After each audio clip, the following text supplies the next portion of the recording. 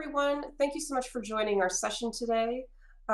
We are going to talk about combining the powers of Google Analytics 4 and Google Cloud Platform. It is a match made in data heaven. I am Tara Kincaid. I'm a Senior Director of Data Science here at Merkle Cardinal Path. It's a pleasure to be with you. Today's agenda is, first, we're going to talk a little bit about Google Analytics 4. I just want to give you kind of a high-level overview just in case you haven't really heard about it or worked with it, just so you have some context going into the rest of the presentation. Similarly, we'll talk a little bit about Google Cloud Platform, what it is, what its data capabilities are, and then we're going to dive into 3 different use cases. These are certainly not all of the things that you can do with Google Cloud Platform and Google Analytics 4, but they are some of the most common ones that we see, especially right now, because Google Analytics 4 is a newer product. We'll talk about that as we go through. So first, let's just talk about Google Analytics 4. This is the newest addition to the Google Marketing Platform suite. Google Analytics 4 is truly a new product. It is a totally revamped approach by Google to analytics. It has some of its origins in Firebase Analytics, but truly it is a new platform.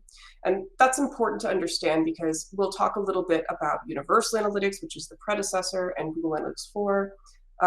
They solve for the same types of use cases, but they are 2 totally different products.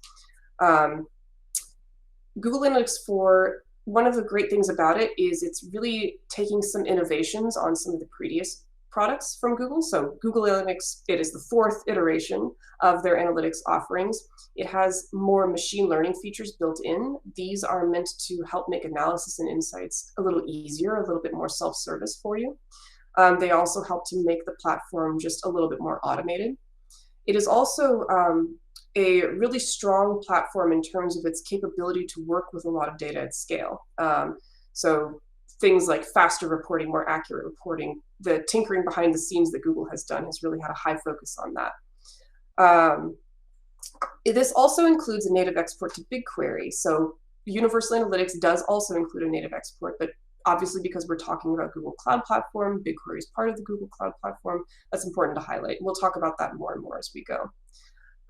Google Analytics 4 also supports use case parity with the previous analytics product, as mentioned, but it takes a different approach to its data model. So that means that as you're working with the 2 products, there's going to be some differences in naming conventions, differences in the types of dimensions and metrics you have available to you, things that are still going to serve the end goal that you have for your analytics needs, the types of business questions that you want to ask, but different approaches to kind of get to that same answer.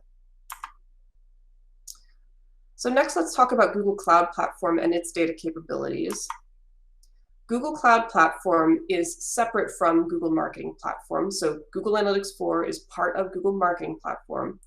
Google Cloud Platform is separate. But of course, because they are both Google products, there's a lot of really native integrations across and between them. And that helps to make a lot of the orchestration and automation for the different types of things we're going to talk about a lot simpler, which is really nice. Google Cloud Platform, it's a collection of cloud services. So we're talking today about data analytics. Of course, Google Cloud Platform supports data analytics really, really well, but it's a huge suite of services. It supports application development, hybrid cloud computing, all kinds of other use cases as well. The types of things that you might use Google Cloud Platform for are really endless. If you've heard of AWS, Amazon Web Services, or Azure, or Snowflake, Google Cloud Platform kind of sits in the same world of things as that. Some of the products that we care about for data analysis, media analysis, that kind of thing, are cloud storage, Cloud SQL, BigQuery. These are all data warehousing examples. There are more data warehousing examples in Google Cloud Platform, but these are some of the most common ones that we care about. So cloud storage would be kind of an anything file collector. That's a data dump, a data repository where you can put photos, videos, text documents, spreadsheets, any kind of file. It's a really great landing place for any kind of external files that you want to add into your analytics or your media data. So for example, if you have exports from your CRM, we'll get a little bit more into that in some example use cases, but it's a great place to use all of that. And the pricing for it is I don't want to say cheap, but it's very, very reasonable. Cloud SQL is Google's relational database warehousing solution, or if you are somebody who needs an equivalent to MySQL, for example, Cloud SQL is going to be something that you care about. BigQuery is where we do a lot of this analysis that we're talking about. Sometimes solutions can be built entirely in BigQuery. It is a columnar data store for those of you who are data engineers or data architects, and that has meaning to you. It's similar to Redshift, if you're familiar with Redshift. BigQuery is a really great place to store data. The cost structure for storage is very, very generous. And then it's an amazing place to do SQL-based querying on that data. So for data exploration, for data automation, and even for ML and analysis, BigQuery is really, really powerful. It can scan petabytes of data within seconds. Google loves to do that in the big Google presentations. Transformation pipelines in Google Cloud Platform, so the manipulation of data to make it ready for analysis, ready for reporting, or just to do integrations, to do activation of that data back into platforms. All of that can be done using tools like Cloud Functions, Cloud Run, Cloud PubSub, and Data Prep. These are just some examples. Cloud Functions and Cloud Run and Cloud PubSub are actually all things that we use quite frequently for our clients. Data Prep is really designed more for somebody who wants to be able to do custom data transformation, but they don't want to use Python, for example, or they don't want to have any kind of custom applications built. Capabilities such as AutoML, Vertex AI, and BigQuery ML could be used for advanced use cases. So these are all on the modeling AI side of the house. AutoML will contain things that you may have heard of, such as Vision API, natural language processing. So when we see cool things like being able to go from speech to text and have that text be understood in terms of its sentiment, or being able to quickly recognize a photo of a cat versus a photo of a dog, those are some of the cool things that are kind of buried within AutoML and within Vertex AI and some other solutions. AutoML can do more than just that, but that's kind of one of the things that it's famous for. So if you've seen that, that's what it comes back to. Vertex AI is a really powerful ML platform. It's where you can build your own custom models, automate them, orchestrate them. Vertex AI is kind of designed to be fairly simple to get started with, and also very expandable. If you want to do something that's fairly out of the box, you can, or if you want to do something really custom, you can do that too. BigQuery ML is a really great, like if you haven't done any kind of ML work, BigQuery is a great place to get started. What's nice about BigQuery ML is they do offer a fairly robust suite of models to choose from. And you can execute them all in SQL language directly on top of the media and analytics data that you already have stored in BigQuery. So again, it's kind of a place where you can do sort of a one-stop shop. If you want to automate data from analytics into BigQuery, do analysis, transformation, reporting there, and then also do ML on top of it, do some forecasting, do some classification. You can do all of it inside of BigQuery, which is fantastic. Saves you a lot of design, and it's pretty cost efficient as well. So this is just an example pipeline from Google. So you have collect, transform, analyze, visualize, activate. These are kind of your basic components. On the collect side, we're taking advantage of those native integrations from Google Marketing Platform directly into Google Cloud Platform. So being able to take advantage of data transfer services that are offered. That makes it so that you're really not having to do any custom orchestration at all. You're just taking advantage of Google doing all of that work for you. Of course, you can also pull your own third-party data in, CRM, sales, social, email, etc. We'll talk about that as one of our use cases. For transform, here in this example, Google is highlighting data prep. I also mentioned you can do transformation with Cloud Run, Cloud Functions, all kinds of other solutions. We use Cloud Functions fairly frequently for a lot of data transformation, and use Cloud Run for more robust, larger pipelines. From an analysis standpoint, we talked about BigQuery, we talked about the Cloud ML solution, so obviously that's where this comes in. From a visualization standpoint, something that I like to call out is that 99.9999% of all visualization platforms out there, including the ones shown here, Data Studio is now called Looker Studio, Tableau, Looker. Looker now sits within the Google Cloud Platform as well. But even Power BI or Excel or Google Sheets, all of these have native connections to BigQuery as an option. So it makes it really, really easy to layer your visualization on top of BigQuery. Even Excel, there are ODBC connectors available for Excel to BigQuery as well. From an activation standpoint, there's a lot of things that are offered in Google Cloud Marketing Platform to help pull data into those platforms natively. And there's a lot of things in Google Cloud Platform that are going to help you push data. So even that activation piece, there's a lot of things that you can do. One example would be you can use an offline conversions, for example, to import profit data back into your media platforms from BigQuery. Or another example might be using a customer match API provided by a media platform. And once you've done kind of your analysis in ML to create some audiences, you can use that customer match API to do some really cool things, or all kinds of really, really amazing use cases that you can do.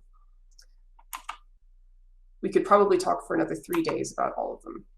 So let's dive into some of them. So on our Google Analytics 4 and GCP use cases, the first one we'll talk about, it's really top of mind now with Google Analytics 4 still being a relatively new product.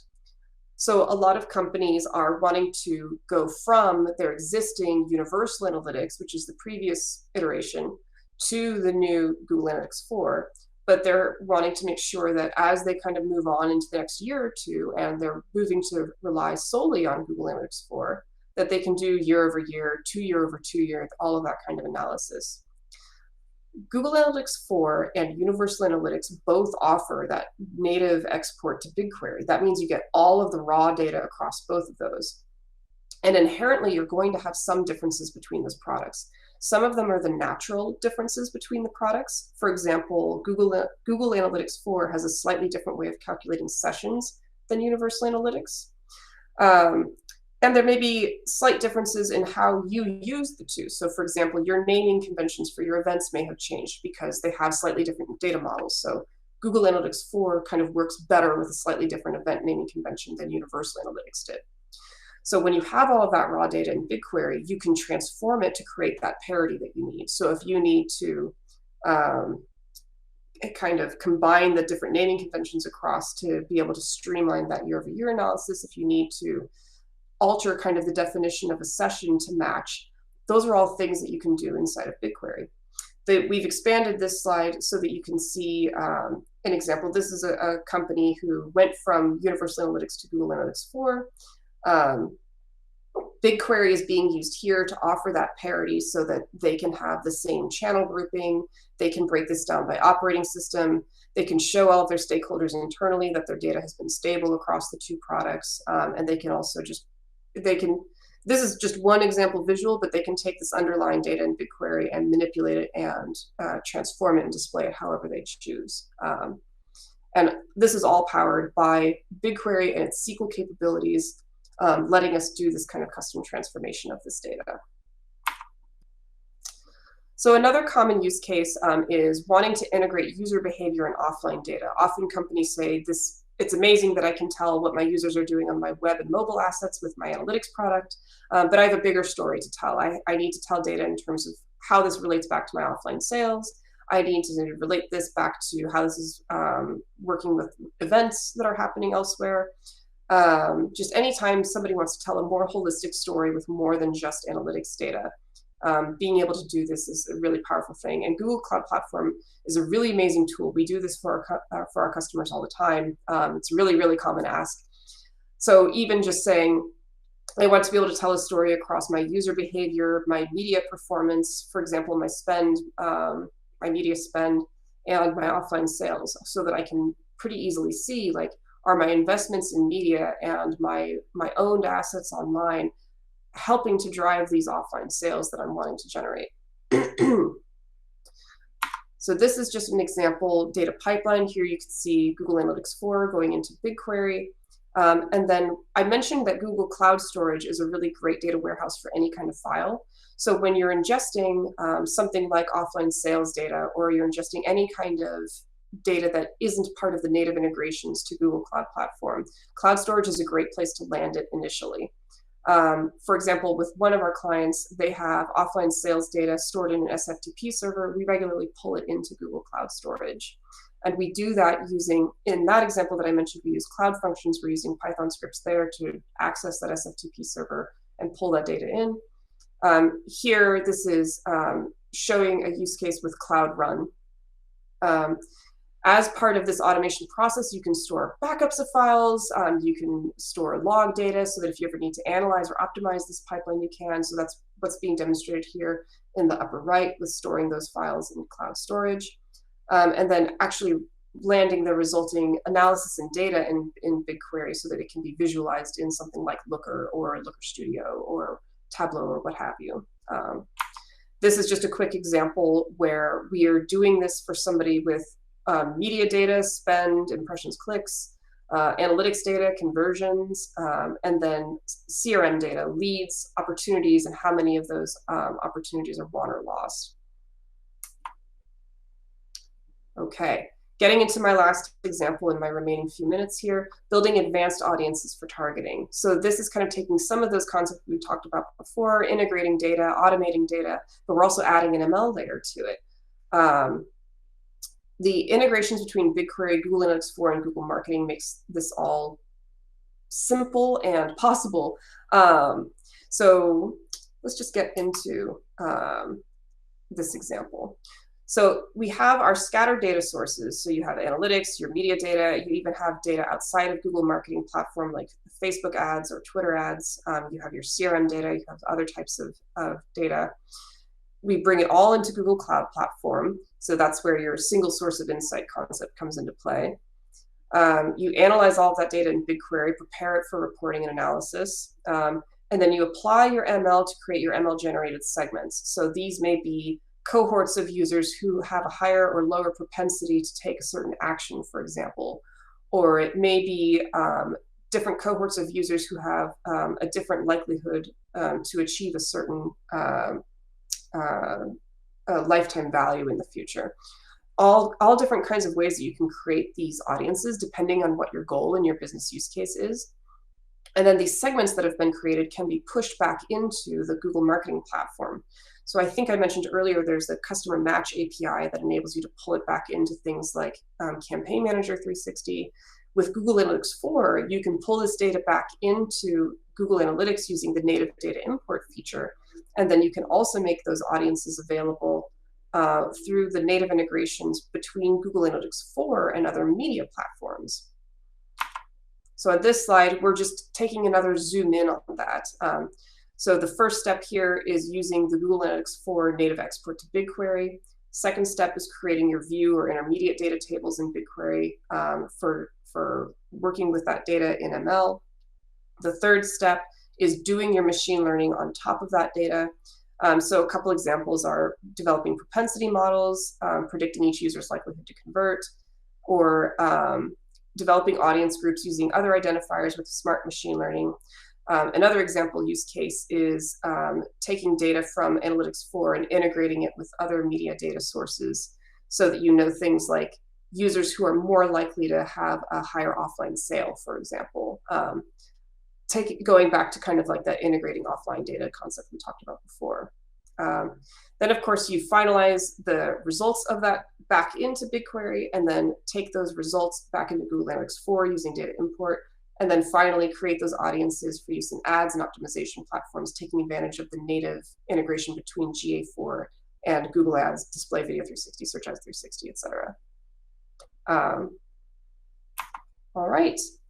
I believe we've done okay on time. Thank you so much for joining me today. This is one of my favorite topics. I really appreciated having you all here. I hope you have a wonderful rest of your day and a great time at the rest of the conference. Thank you so much.